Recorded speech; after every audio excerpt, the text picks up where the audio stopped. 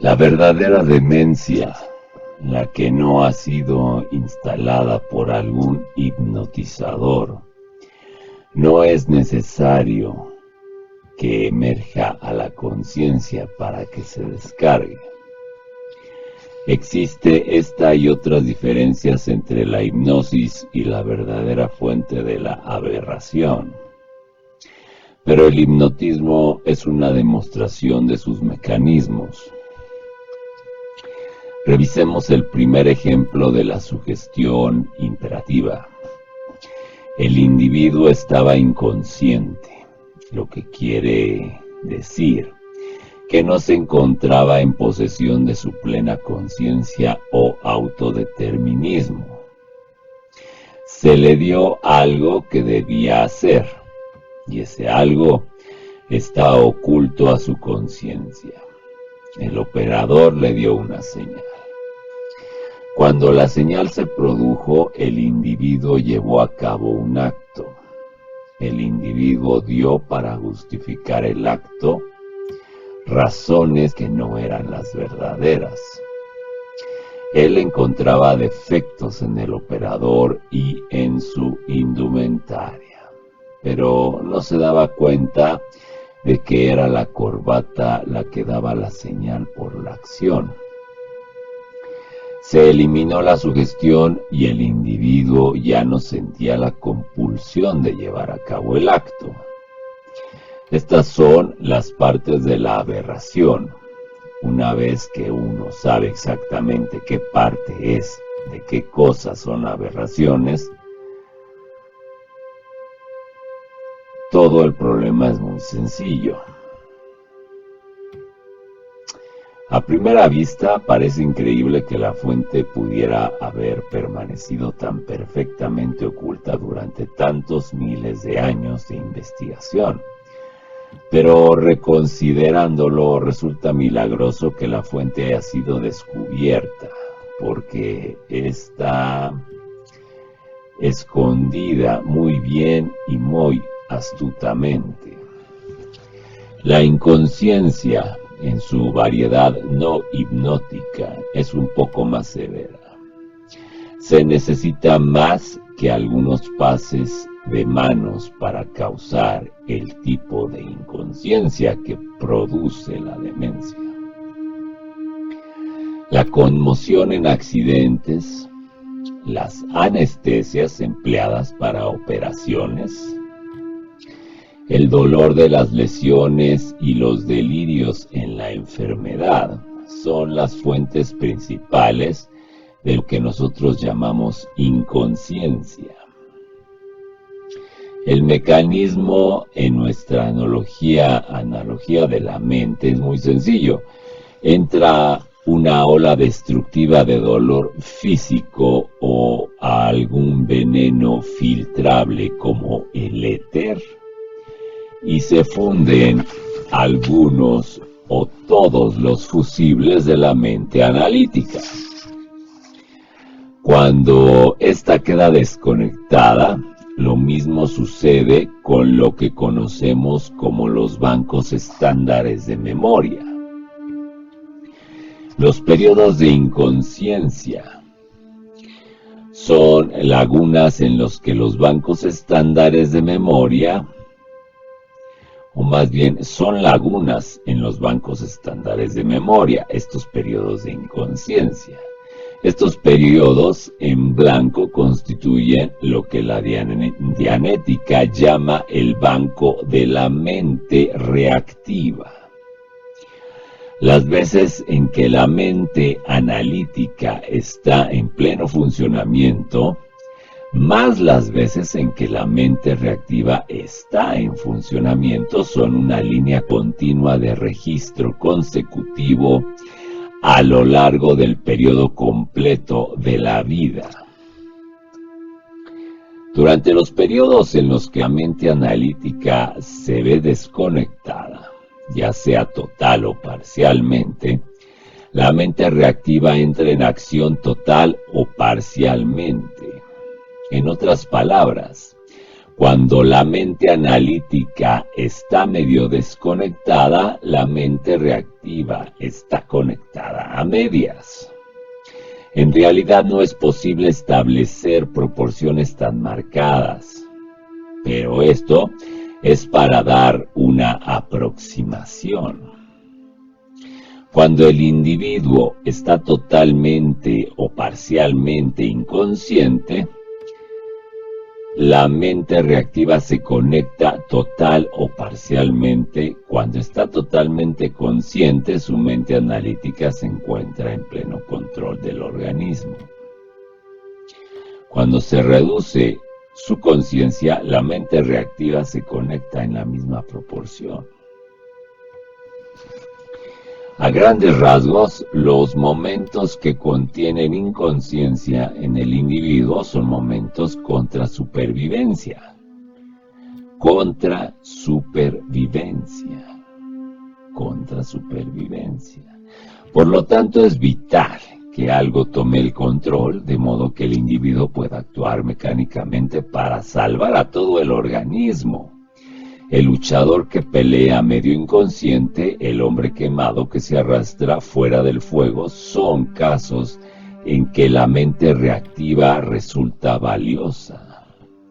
La mente reactiva es muy ruda, tiene que serlo para poder enfrentarse a las oleadas de dolor que ponen fuera de combate cualquier otra sensibilidad en el cuerpo. No es muy refinada, pero es terriblemente exacta. Posee una baja categoría de habilidad computadora.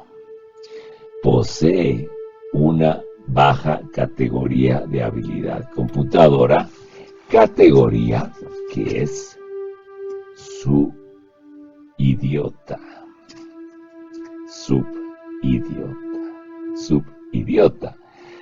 Pero uno no esperaría otra cosa más que una baja categoría de habilidad de una mente que sigue conectada mientras el cuerpo está siendo aplastado o achicharrado.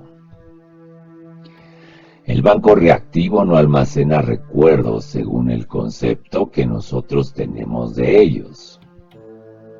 Almacena engramas.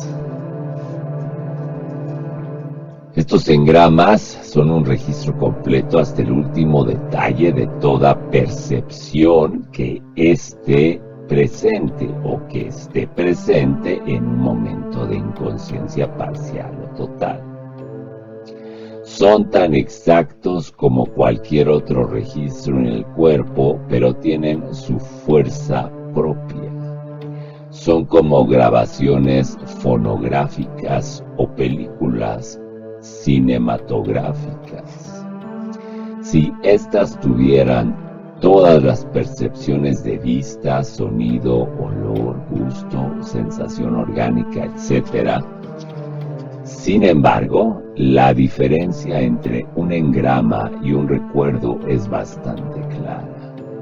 Un engrama puede estar permanentemente soldado a todos y cada uno de los circuitos del cuerpo y conducirse como una entidad.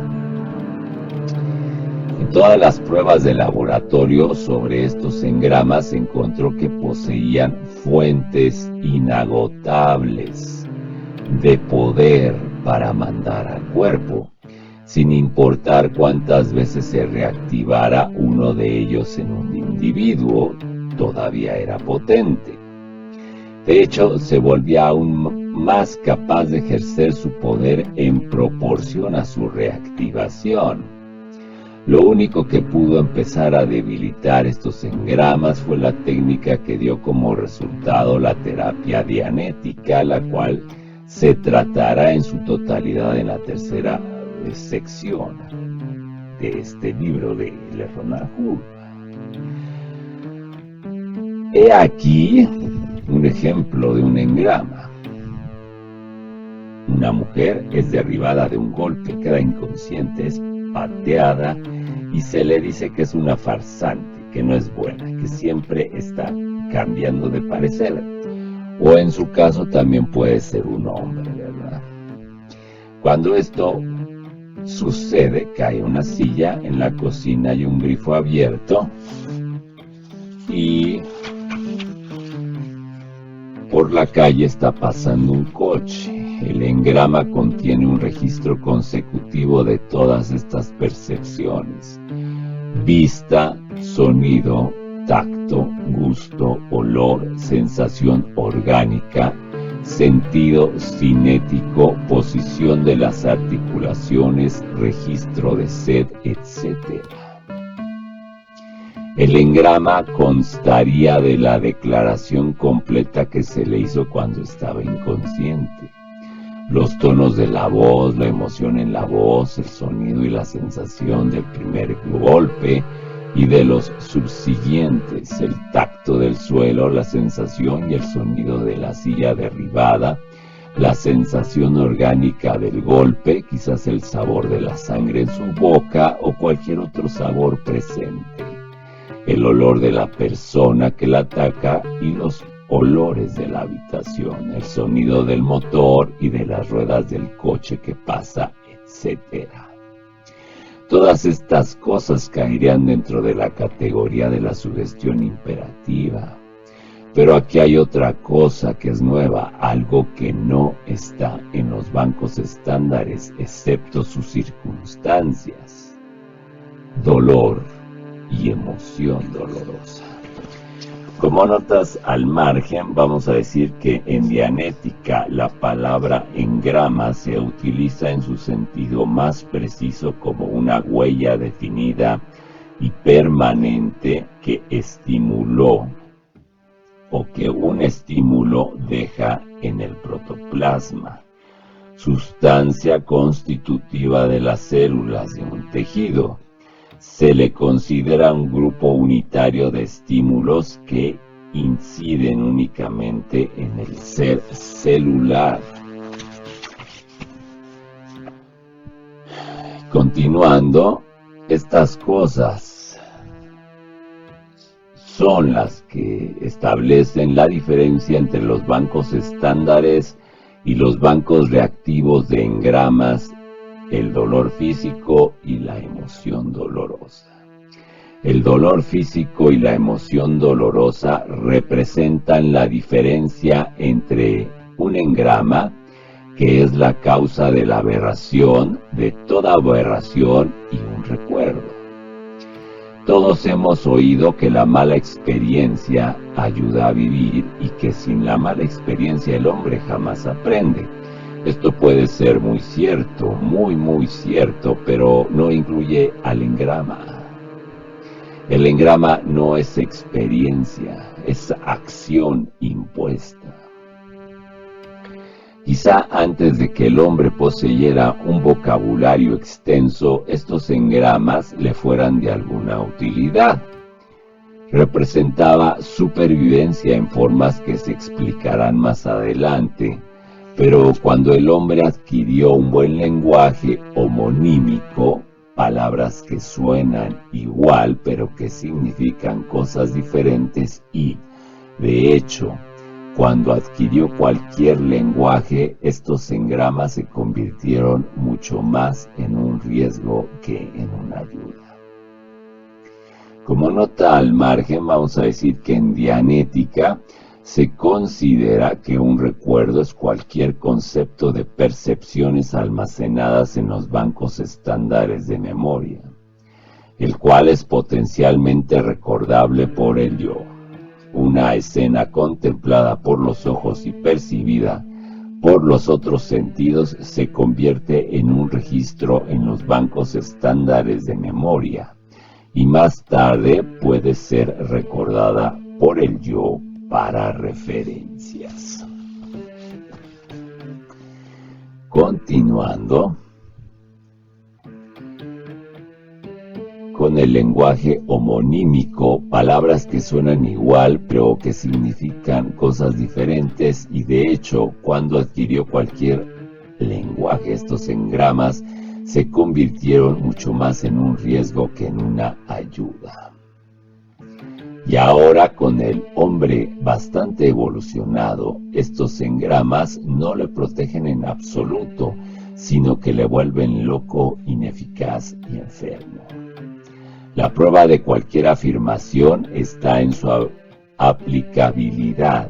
Cuando estos engramas se borran del banco de la mente reactiva, la racionalidad y la eficiencia aumentan enormemente, la salud se mejora considerablemente y el individuo computa racionalmente según el patrón de conducta de supervivencia, es decir, disfruta de sí mismo y de la compañía de los que le rodean y es constructivo y creativo. Es destructivo solo cuando algo realmente amenaza la esfera de sus dinámicas.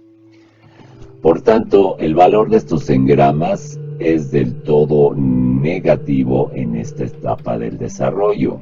Cuando se encontraba más cerca del nivel de sus primos, los animales, todos los cuales tienen mentes reactivas de este mismo tipo, esta información pudo haberle sido útil.